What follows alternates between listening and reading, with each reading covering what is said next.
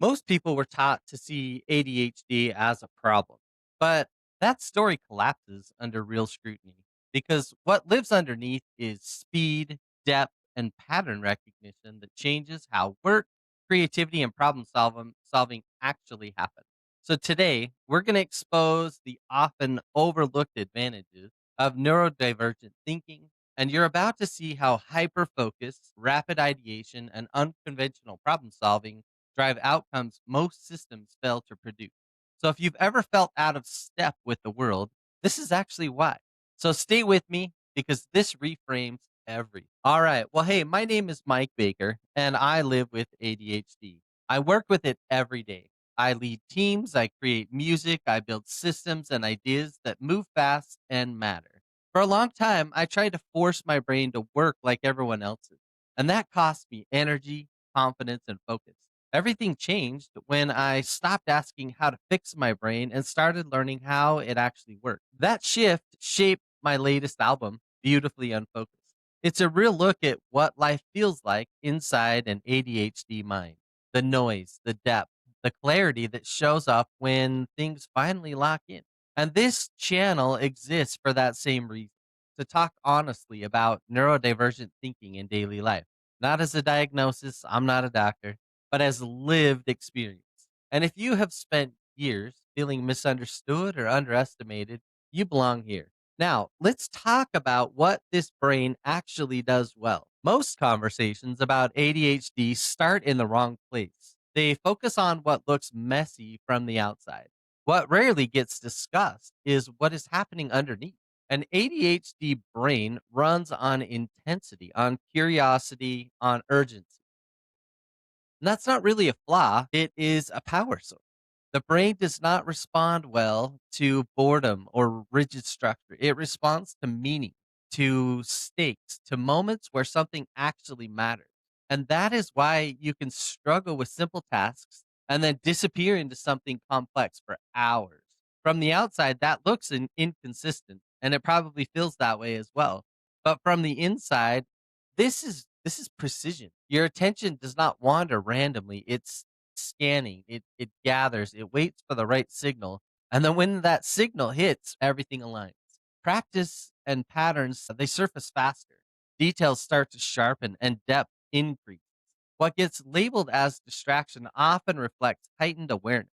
You notice shifts, tension, possibility, and risk before others do. So what gets labeled as inconsistency often reflects responsiveness, and you just adjust in real time. Most systems reward steady output. ADHD delivers bursts of impact.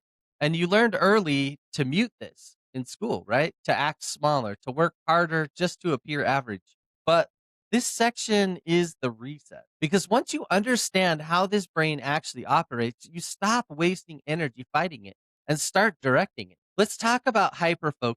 This is the part that people misunderstand the most. Hyperfocus is not luck. It's not obsession. It's what happens when interest, urgency, and meaning line up. When it hits, distractions fall away. Time compresses. The work pulls you forward instead of you forcing yourself through it. I know you felt this. Hours pass without noticing. Complex problems untangle, details surface that others miss entirely. This is not normal focus. This is depth. And most people concentrate by effort. Hyperfocus operates by alignment. That is why forcing focus rarely works for you. The switch flips when the work matters. And you see this everywhere. Coders solving in one night what stalled all week. Artists producing in bursts that feel unstoppable. Researchers chasing a question until answers appear.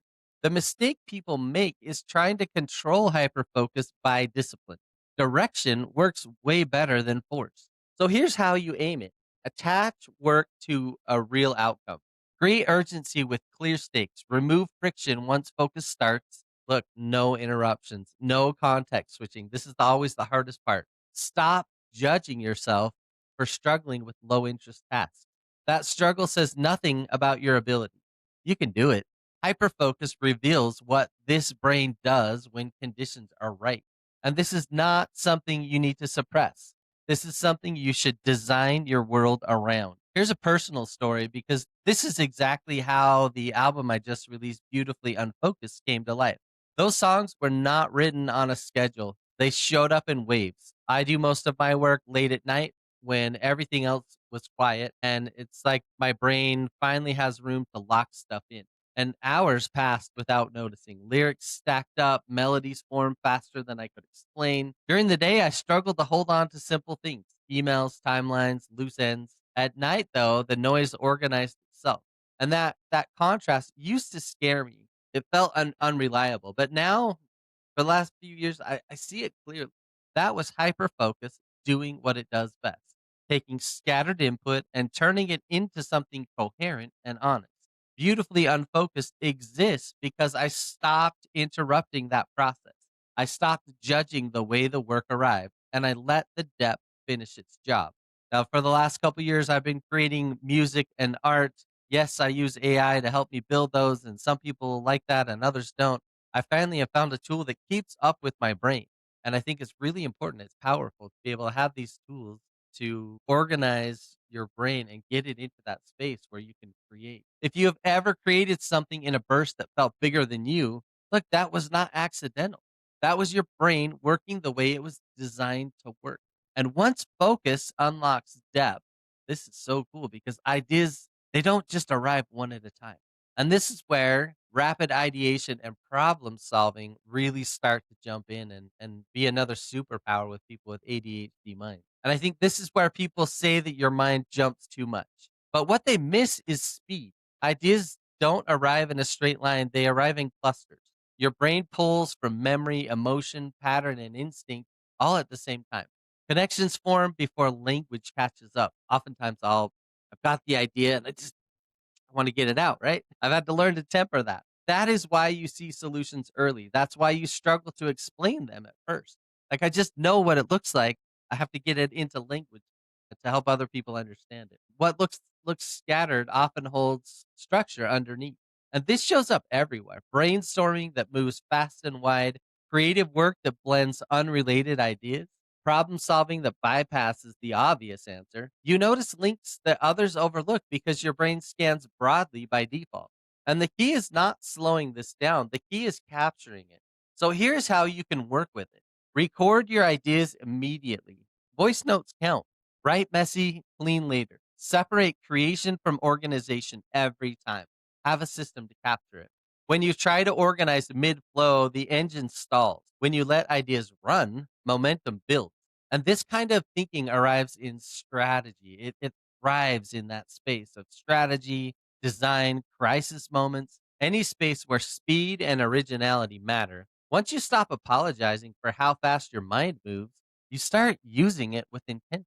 After years of adapting to this pace, something else develops. And this is what we call resilience and adaptability and the unbreakable spirit. And this is what helped me create my book, The Optimist Way. I think this is where it ties in so closely. Living with ADHD, it trains you early. You learn how to recover, you learn how to adjust, and you learn how to keep moving when plans fall apart. And that drives people crazy so often. They don't understand it. That resilience did not come from motivation. It came from repetition. We've done this so many times. You miss signals, you recalibrate it, and you try it again. That's just how our brains work. We miss things and we're just constantly trying to improve.